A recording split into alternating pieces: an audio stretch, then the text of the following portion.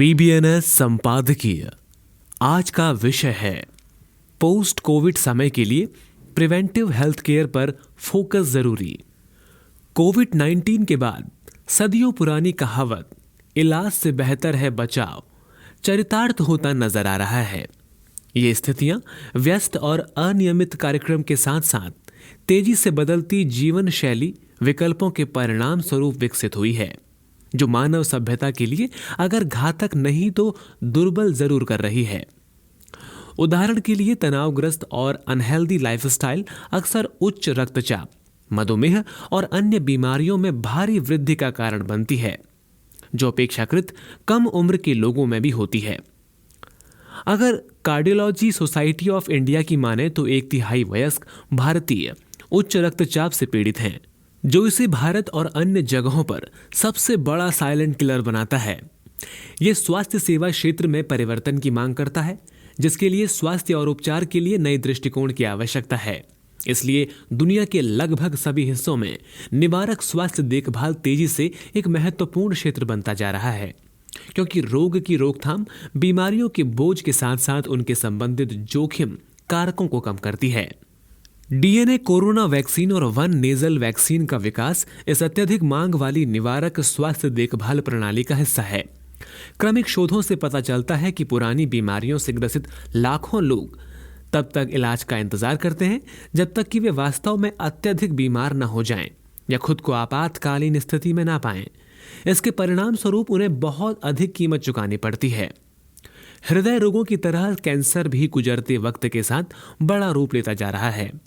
हालांकि रिसर्च से पता चलता है कि अगर कैंसर का पता पहले ही चल जाए तो यह किसी भी अन्य बीमारी की तरह ही है और अपेक्षाकृत बहुत कम खर्च और अधिक जीवन काल के साथ आसानी से इसका इलाज किया जा सकता है। आवश्यकता के अनुरूप भारत ने पहली बार 2 मुद्दों को चिन्हित करते हुए निवारक स्वास्थ्य देखभाल पर ध्यान केंद्रित किया है। पहला, निदान क्षमता में वृद्धि के कारण क्लिनिकल मेडिकल एजुकेशन में बदलाव, और दूसरा मुद्दा भारतीय शोध, भारतीय डेटा और भारतीय समस्याओं का भारतीय समाधान है। इस प्रक्रिया की विशेषता यह है कि विविध भारतीय डेटा का उपयोग करके भारत की चिकित्सा स्वास्थ्य से जुड़े एक मुद्दों के लिए स्वदेशी समाधान विकसित किए जा सकते हैं। उदाहरण के लिए देश ने योग, ध्यान प्रथाओं, प्राकृतिक चिकित्सा, आयुर्वेद और अन्य को क्रांति बनाने की दिशा में प्रयास किया है। इस प्रयास का व्यापक असर देखने को मिल रहा है और दुनिया में लोग स्वस्थ रहने के लिए इन्हें अपना रहे हैं। इस तरह से देखा जाए तो सभी प्रकार की स्वास्थ्य सेवाओं का एकीकृत करने की एक बड़ी और तत्काल आवश्यकता है। इसका अर्थ यह है कि विभिन्न प्रकार की उपचार विधियों के बीच एक उचित समन्वय के साथ उन्हें एक दूसरे का पूरक होना चाहिए।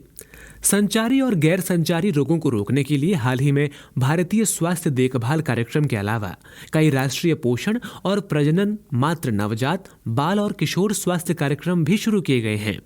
इनमें राष्ट्रीय आयोडीन की कमी विकार नियंत्रण कार्यक्रम, शिशु और छोटे बच्चे के आहार के लिए MAA कार्यक्रम, फ्लोरोसिस की रोकथाम और नियंत्रण के लिए राष्ट्रीय कार्यक्रम, एनीमिया नियंत्रण के लिए राष्ट्रीय आयरन प्लस पहल, जननी शिशु सुरक्षा कार्यक्रम, राष्ट्रीय किशोर स्वास्थ्य कार्यक्रम, राष्ट्रीय बाल स्वास्थ्य कार्यक्रम, सार्वभौमिक टीकाकरण कार्यक्रम, मिशन इंद्रधनुष, जननी सुरक्षा योजना, प्रधानमंत्री सुरक्षित मातृत्व अभियान, नवजात शिशु सुरक्षा कार्यक्रम, परिवार नियोजन के लिए राष्ट्रीय कार्यक्रम, लक्ष्य कार्यक्रम और अन्य शामिल हैं।